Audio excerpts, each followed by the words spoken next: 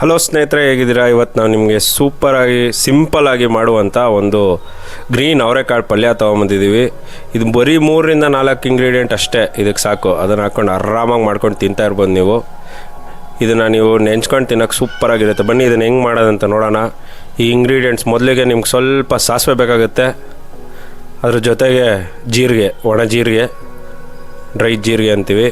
Next ನೀರಲ್ಲಿ ಬೇಯಿಸ್ಕೊಂಡಿರುವಂಥ ಅವರೆಕಾಳು, ಸ್ವಲ್ಪ ಕೊತ್ತಂಬರಿ ಸೊಪ್ಪು,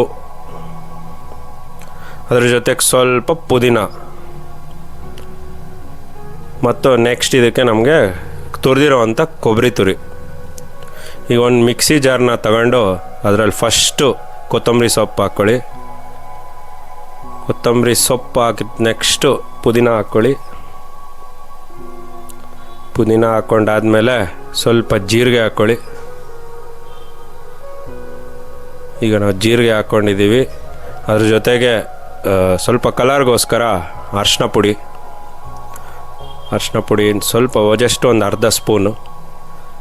ಆಮೇಲೆ ನೆಕ್ಸ್ಟು ಸ್ವಲ್ಪ ರುಚಿಗೆ ತಕ್ಕಷ್ಟು ಉಪ್ಪು. ನೀವು ಎಷ್ಟು ಜನಕ್ಕೆ ಮಾಡ್ತಿರ್ತೀರ ಅದ್ರ ಮೇಲೆ. ಈಗ ಒಂದು ಮಿಕ್ಸಿ ಜಾರ್ ಮಾಡ್ಕೊಂಡು ಹಿಂಗೆ ರಫಾಗಿ ಮಿಕ್ಸಿ ಮಾಡ್ಕೋಬೇಕು. ತುಂಬ ಪೇಸ್ಟ್ ಮಾಡಬಾರ್ದು, ತುಂಬ ತರಿನೂ ಇರಬಾರ್ದು.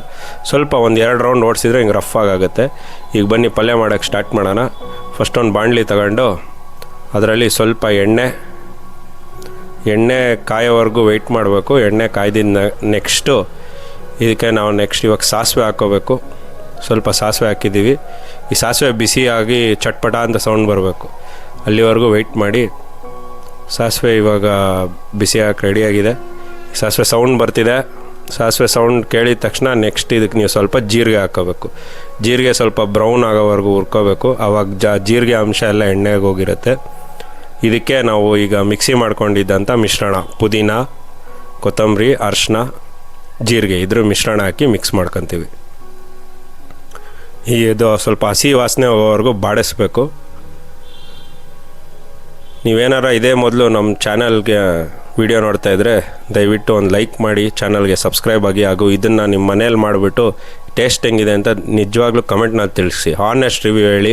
ಚೆನ್ನಾಗಿದ್ರೆ ಚೆನ್ನಾಗಿದೆ ಅಂತೇಳಿ, ಚೆನ್ನಾಗಿಲ್ಲ ಅಂದರೆ ಚೆನ್ನಾಗಿಲ್ಲ ಅಂತೇಳಿ. ಈಗ ಸ್ವಲ್ಪ ಮಿಕ್ಸಿಗೆ ನೀರು ಹಾಕ್ಕೊಂಡು ಆ ನೀರಿನಲ್ಲೇ ಬಾಡಿಸ್ಕೊತಿದ್ದೀವಿ. ಎಕ್ಸ್ಟ್ರಾ ನೀರು ಹಾಕ್ತಿಲ್ಲ. ಆ ಮಿಕ್ಸಿನಲ್ಲಿ ಸ್ವಲ್ಪ ಪೇಸ್ಟ್ ಉಳಿದಿರುತ್ತಲ್ಲ, ಅದನ್ನೇ ಸ್ವಲ್ಪ ನೀರು ಹಾಕ್ಕೊಂಡು ಬಾಣಲಿಗೆ ಹುಯ್ಕೊಂಡಿರೋದು. ಇದು ಸ್ವಲ್ಪ ಹಸಿ ವಾಸನೆ ಹೋಗೋವರೆಗೂ ಬೇಯಿಸ್ಕೋಬೇಕು. ಮತ್ತೆ ಹೇಳ್ದಂಗೆ ಈಗ ಅವರೆಕಾಳು ಸೀಸನ್ ಬೇರೆ, ಜನವರಿಯಿಂದ ಮಾರ್ಚ್ವರೆಗೂ. ಈಗ ನೆಕ್ಸ್ಟ್ ಇವಾಗ ನಾವು ಬೇಯಿಸ್ಕೊಂಡಿರೋ ಅವರೆಕಾಳು ಹಾಕ್ತಾಯಿದ್ದೀವಿ. ಇದನ್ನು ಹೆಂಗೆ ಬೇಯಿಸ್ಕೊಂಡಿರೋದಂದರೆ ಸ್ವಲ್ಪ ಉಪ್ಪು ಹಾಕಿ ನೀರು ಹಾಕಿ ಬೇಯಿಸಿರೋದಷ್ಟೇ, ಬೇರೆ ಏನೂ ಆ್ಯಡ್ ಮಾಡಿಲ್ಲ ಇದಕ್ಕೆ. ಆವಾಗ ಸ್ವಲ್ಪ ಗಟ್ಟಿ ಇರೋ ಕಾಳು ಮೆದು ಆಗಲಿ ಅಂತ. ಬರೀ ಪಲ್ಯದಲ್ಲೇ ಬೇಯಿಸೋಕೆ ಹೋದರೆ ಅದು ಅಷ್ಟು ಬ್ರೇಕ್ ಡೌನ್ ಆಗೋಲ್ಲ. ಅದಕ್ಕೆ ಮುಂಚೆನೇ ನೀರು ಉಪ್ಪು ಹಾಕಿ ಬೇಯಿಸ್ಕೊಂಡು ಇಟ್ಕೊಂಡಿದ್ದೀವಿ.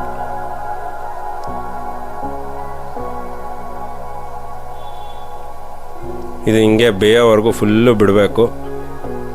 ಬೇಕಿದ್ರೆ ನೀವು ಸ್ವಲ್ಪ ತಟ್ಟೆ ಮುಚ್ಚು ಇಡ್ಬೋದು. ಇದ್ರ ಜೊತೆಗೆ ಇವಾಗ ನಾವು ತುರಿದಿರೋ ಅಂಥ ತೆಂಗಿನಕಾಯಿ ತುರಿ, ಇದರಿಂದ ಒಳ್ಳೆ ಟೇಸ್ಟ್ ಬರುತ್ತೆ.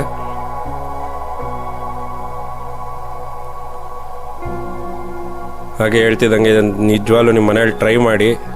Super simple recipe. Especially bachelors ಯಾರು ಇದ್ದರೆ ಈಸಿಯಾಗಿ ಮಾಡ್ಕೋಬೋದು.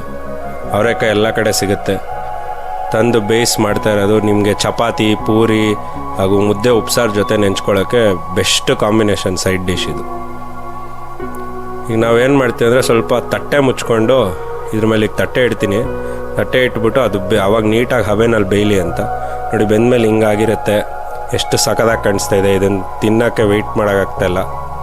ಈಗ ನೀವು ಮಾಡ್ಕೊಳ್ಳಿ, ತಿನ್ಬಿಟ್ಟು ದಯವಿಟ್ಟು ನಮ್ಗೆ ಹೆಂಗಿದೆ ಅಂತ ಹೇಳಿ. ಫಸ್ಟ್ ಚಾನಲ್ಗೆ ಸಬ್ಸ್ಕ್ರೈಬ್ ಆಗಿ, ವಿಡಿಯೋನ ಲೈಕ್ ಮಾಡಿ.